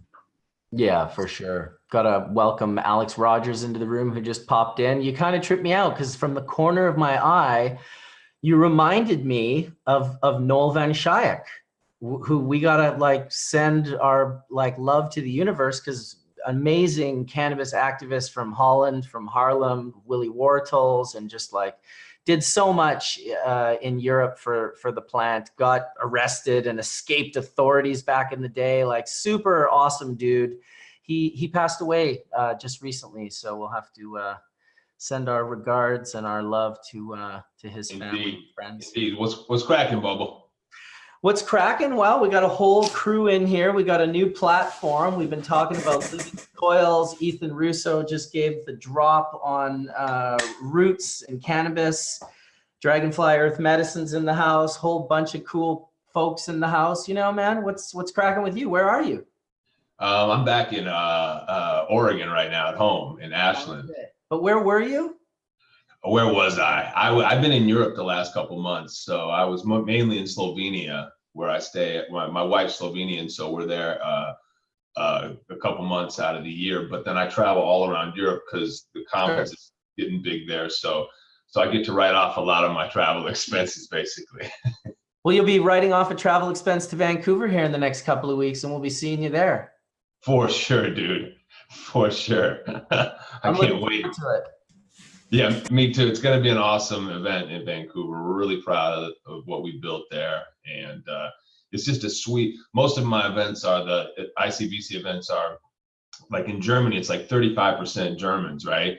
But in Vancouver, it's like 80% of the people come from BC. So it's become a real local BC show. This is going to be packed. It's going to be awesome. I like it, man. It's a little bit different from most of the shows that I go to. You know, you really just do it in a day. It's like, let's just get this over with, dude. I don't need 5 days and 5 hotel nights and like, dude, like, let's just get this over with. Exactly. I started doing that in Oregon the one day, because of everyone was like conference fatigue, and they're like, oh, another conference. I was like, why don't we do it one day? And I would also add the after parties that you throw are actually worth going to. Damian Marley in that like 40-person room in Spain was ridiculous. Hey, every now a blind hog finds an ear of corn, you know what I'm saying? So we just keep pushing and we get these little gems popping out. Well, I'm looking forward to it. I'm sure any of you that are going to be in and around Vancouver on the 16th of September, we'll be holding it down. I guess we're at the West End Bayshores, huh? Yeah, it's a dope venue. It's right by Stanley Park, right on the. I was just there for my daughter's graduation. Congrats, man! Quite lovely. Proud papa. That's awesome. Papa, exactly. So who's you got? Like, was it Muggs? We got DJ Muggs from Cypress Hill doing the after party on this giant yacht right outside the hotel. It's gonna be super pimp. And we also got John Sally coming, retired NBA legend, and we also got all the Canadian usual suspects, all the badasses: Jamie Shaw, John Conroy, guy named Marcus Richardson, Chief Cannabinoid Officer. I want that title, man. Forget my. I'm waiting for other people to use it. I'm like, it's been a year since that title has been in existence, and now I'm like, I've seen like I saw Chief Ganja Officer in Jamaica, which made me smile. Didn't Pinsky use that, Marcus? What's that? Didn't Pinsky use that? I don't know. I've never. Maybe Pinsky's also a Chief Cannabinoid Officer. I thought so. Yeah. I wouldn't surprise me. In his mind. For CRD, weren't you? No, I don't know what I was at CRD. You know what? I just hate all these titles. It's just like, man, I just want to like make hash. Is that too difficult? Like, that's basically what I'm looking forward to since starting Embark. It's been literally a year of like jumping through hoops and getting building permits and getting all of this stuff lined up so that we can literally just do there's never been an industry like this where it's just like, oh, you want to open up a business, you want to do something. Okay. Well, here you go. Just like binders of like hoops to jump through. Some of them are like flaming. Some of them are spinning with like acid flying off of them. Every type of hoop you could possibly fucking imagine jumping through. I'll tell you one thing. It does show that only the most hardcores are willing to push through with any of this, because it's exactly. I will also say simultaneously, it totally beats them kicking our doors down and arresting us in prison for 10 years at a time, shooting our dogs and breaking up our families and taking our kids into Child Family Protective Services. Some people have forgotten how shitty that was. Everybody's forgotten, Bubble. Everyone's forgotten. Oh, that was. I'm telling you, I can put up with. I just wanted to say that that's still happening. It is right now. It's happening in Northern California. It's happening in Mendocino. I just heard a horrible story of a farm in Santa Cruz that they put an 8-year-old and a 9-year-old on their belly with guns to their heads, and they didn't just take down their cannabis, they took down, all of their greenhouses. They went in and ransacked their house. They took personal items. They even took their 4-wheel drive machines that they had, and they drove them out into the woods and threw away the keys. This is happening. This is last week. Jesus Christ. Back in California. It's a bigger problem. That's not even having to do with cannabis. That's just the authoritarian federal government of the United States and civil forfeiture and all all this added leeway they get when they want to take it. They can do whatever they want to. They don't have to charge you, and they can take all your shit. And that goes way beyond cannabis, man. That's just a straight up civil liberty issue. And with the feds coming in like that, it's always been a problem. People know it's a problem, and or you know, those who know. But then the whole industry has kind of become anesthetized from all that. And I think most people on this call right now, it's like we're kind of the Roots crew that's still reminding people that, hey, we're here for a reason. You know, you see the big Canadian finance guys come in the room and how they talk and whatever. And I'm not dissing any one group, but all I'm saying is that this shit was built on the blood, sweat, and tears, on the backs of lives being ruined. And so it's always a great topic to bring up and mention, because I think most people are tripping. That's what we do at the ICBC. That's the first thing I said. I said the fucking government's gonna fuck everything up. The regulators are gonna mess everything up. And so what's really important is that all criminal penalties are ended towards cannabis, and that everybody has the right to a home garden, right? So everything else that doesn't really matter, you know, as long as all criminal. If you go sell 10 pounds, the weed's not the crime. It's you don't pay your tax. I guess that's always going to be a crime, okay? But that's a different crime. People could deal with that. The weed, all the criminal penalties. I'm like Jack Hare. You know, he used to be like, oh, it's like tomatoes, and some people are like, oh, Jack, that's a little crazy, you know. But fuck no, it's not. But you know, but that's never going to happen. So what we can do to mitigate that is just say, oh, let's keep ending the criminal penalties. You know, the battle has just begun, and everyone's got to have their home garden, you know, around the world. I don't know. The Amish grow pretty good tomatoes.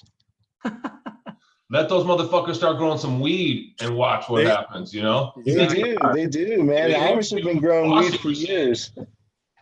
Oh yeah, we've been doing it for decades, man. Word.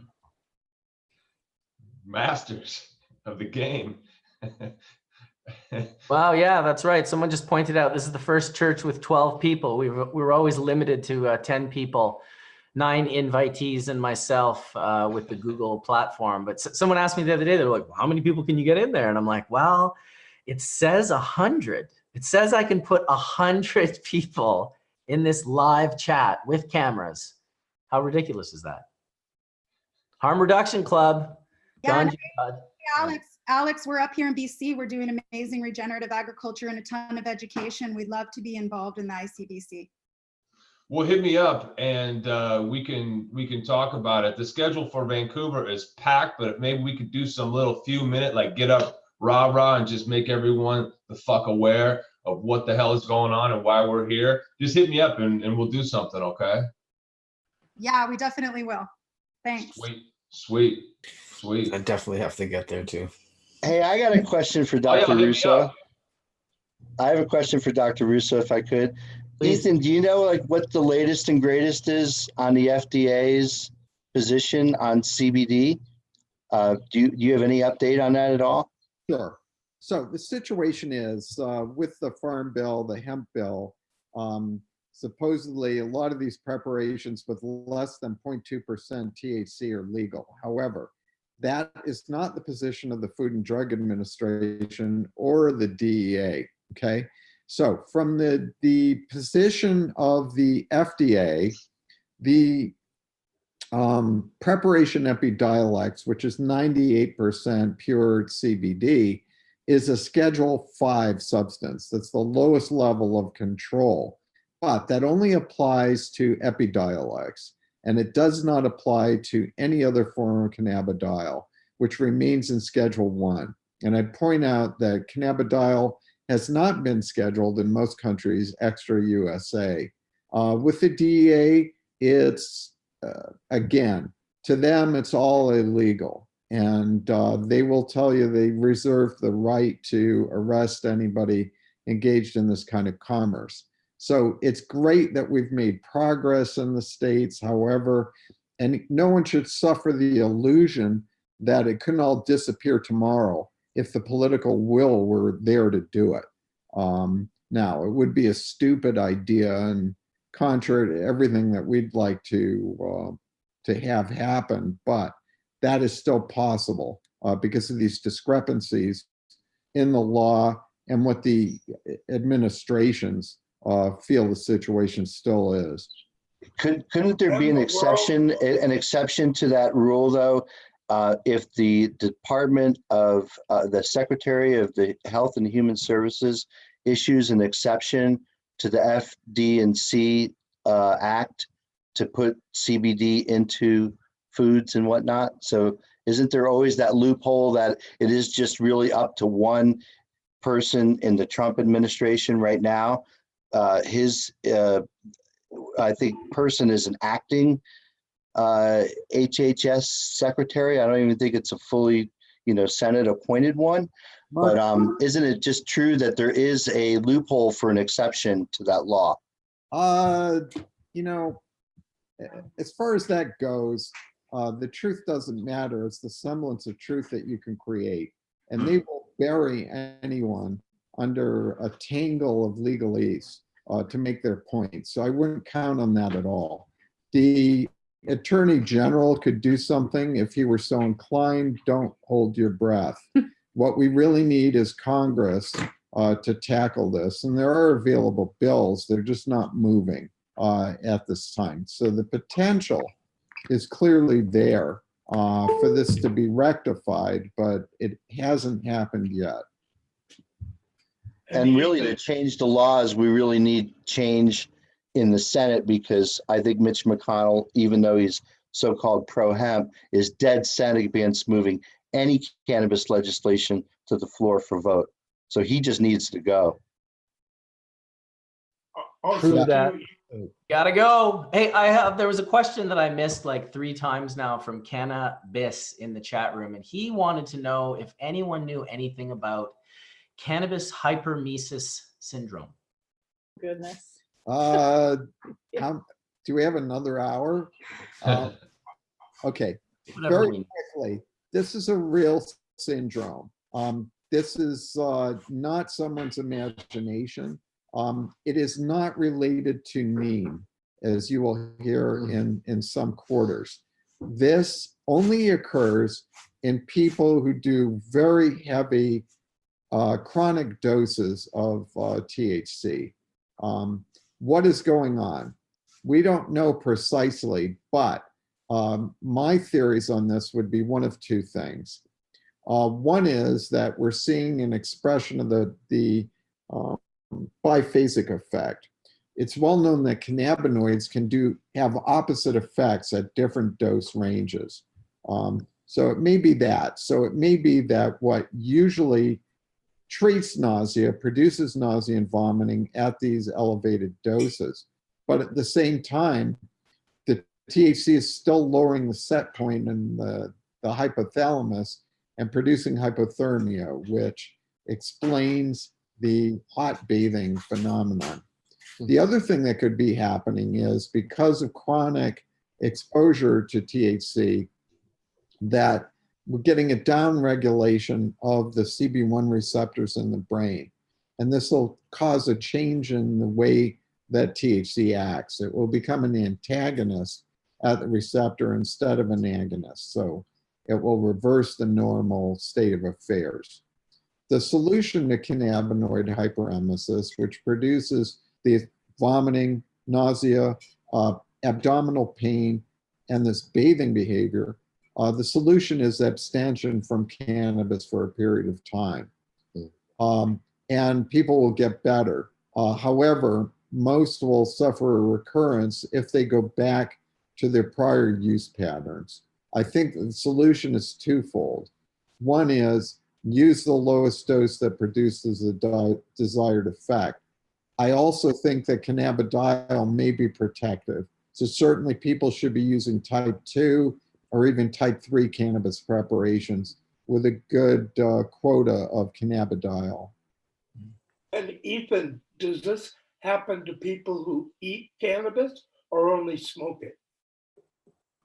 Well, there aren't that many people that are ingesting THC type cannabis orally.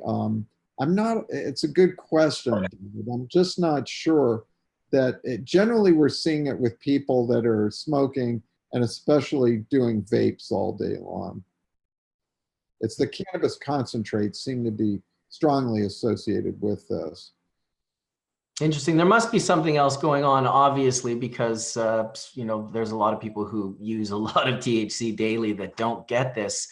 It would be interesting to find what needs to be lined up for this to occur. People are saying, "Oh, why does he say it couldn't be neem?" I think it could be neem, and I've heard the argument as well. For me, it's not a huge leap of faith for me to think that a substance like cannabis that works through the endocannabinoid system and creates all these different effects and regulates all these biological functions, that there couldn't be systems where it flips, where it, you know, where just something's happening in the system and it's getting it wrong. It's, you know, it's like you said, I've seen enough people back in the day take a big hit of bubble hash for the first time and literally either go white and pass out or turn green and throw up. Like it was something that I saw a multitude of times. And for my own self, have I ever taken a big enough rip that I felt like I was going to puke? Definitely at Skunkman Sam's house, I felt that a couple of times. Yeah, unfortunately. I'm guilty for being. But yeah, I have a theory on this. I really can't share at this point. But I think in the future, we may be able to identify people who are at risk of this syndrome. And as they say, watch this space.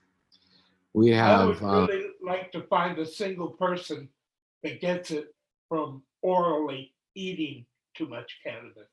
I mean, Possible. That's possible. Again, generally it's been association with high intake of smoked high THC material. And I think there's actually a couple different things that are creating this hypermesis and it being a hot topic. You have, obviously, on previous hash churches, we discussed potential risks associated with pesticide contamination. There are some labs or some products being consumed in the Midwest and non-regulated states that are exhibiting signs of pesticide poisoning. But with cannabis hypermesis syndrome, I think it's just a supersaturation within the CB1 receptors, because a lot of the patients that are exhibiting it are consuming greater amount of cannabinoids than previously available in the market. And do you think in terms of the conversion of Delta-9, when you ingest something, there's something to that? You know, would you also believe that we, you know, I say to myself all the time, we need to better understand what happens inside the body on the conversion. And I'd like to hear if anyone has actually done any studies or looked into that. Well, I could address this again. I mean, it's still a bit of a controversial topic. There were experiments done by Leo Hollister back in the 70s that alleged that 11-hydroxy THC, which is what THC gets converted to in the liver on the first pass, that was 4 to 10 times more psychoactive than THC. However, there was a lot of work at GW on Sativex, and a lot of this was not published, but the bottom line was they looked at THC levels in the blood, 11-hydroxy THC levels in the blood, and had patients talk about how high they were on a 100-point scale. And there were just no good correlations that showed that there seemed to be any difference in the psychoactivity of THC and 11-hydroxy THC. So it's not a settled issue. Unfortunately, the experiments that you need to do to prove this would involve putting a radioactive label on the molecules and injecting them intravenously. I think you're going to have trouble getting that through an ethics committee. So I'm not sure this is one we can settle, but bottom line is it's unclear that there's a big difference in the psychoactive effects of THC and 11-hydroxy. And I just wanted to add one really quick thing is that I'm seeing a lot of misdiagnosis with this as well. So doctors who don't necessarily have the education, they'll ask the patient, you know, are you smoking? And then they'll just give a diagnosis of that when the person is actually having a gallbladder attack or something that is showing the same symptoms. So I believe that, you know, pushing this education forward so more clinicians and people and physicians have an educated, you know, knowing of what the symptoms are and how to test for it. We have a friend who has the issue, and when, you know, they smoke our cannabis, she doesn't have it at all. So, I mean, I'm not going to say that, I'm not going to make a statement on that other than that happens. Well, it's got to be righteous. Right. I have a friend who can smoke cannabis, but if she smokes hash, she passes out unconscious, like very badly, like to the point where she knocked out teeth the last time, and we don't even let her smoke it anymore. You know, like not even sitting down, she's fallen out of chairs, like she's completely losing consciousness. I just wanted to mention to Ethan that we have received approval to do a radio labeled study of our hydrogenated cannabinoids through intranasal delivery. So it was an arduous process, but we're finally there. And so we're at the front end of basically commissioning a study to look at intranasal delivery using radioactivity just as a way to follow how it goes into the animal's brain. That's animals. On this one, we need feedback on the psychoactive levels, and unless we've got a rodent whisperer out there, I don't know that we're going to get full answers. Well, animals first, right?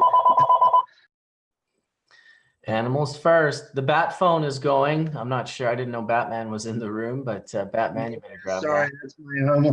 that's my home phone ringing. Sorry about that, Marcus. That's Dr. Batman to you. Yeah, the bat phone. And don't be sorry whatsoever. We're chill. We're chill. Hash Church was a little intense in the beginning as we were doing it every single Sunday from wherever I was in the world. And I built this incredible, like it was stressful. I'm not even gonna say how stressful it was, but now it's nice and loose. You know, we have a dialogue, we have our conversation. It's great that everyone was able to come in. I said I was gonna do 2 hours today, and we are at 2 hours and 1 minute. So as always, let me just change the screen so everyone can be seen. This is a nice way to go through things. I can thank everyone for coming, and yeah, if anyone wants to say anything. Oh, there's a really cool function, not that we're going to use it now, but for future references, there's a function where you can like put your hand up. Like it's a little like thing on the box where it says like, you know, if someone's saying something and you want to chime in, rather than 4 people all talk at once, you know, you can put your hands up and create an order. So maybe we'll try that next time. Thank everyone for coming. That'll never work. You can forget about that one, Bubba. I feel you. Thanks for coming out, even last minute, Alex. I'll see you at ICBC in a couple of weeks. D420K and Johnny B, Mr. Wade Laughter and Dutch Blooms, Colytn Turner. Thank you, dude, for coming and hanging out with us. As always, we're definitely going to have you back. Collin and Mike West. Yeah, everyone that is there from the Dragonfly Earth Medicine, Josh and Kelly and Nishi and Ethan. Thank you all for coming and chilling. Skunkman Sam, as always. I'm Bubble Man. We'll see you guys next time on Hash Church. Peace out. Bubble. See ya. Thank you, Bubble. Peace out, guys. Peace, everyone. Have a great day. Take care. Bye, everybody.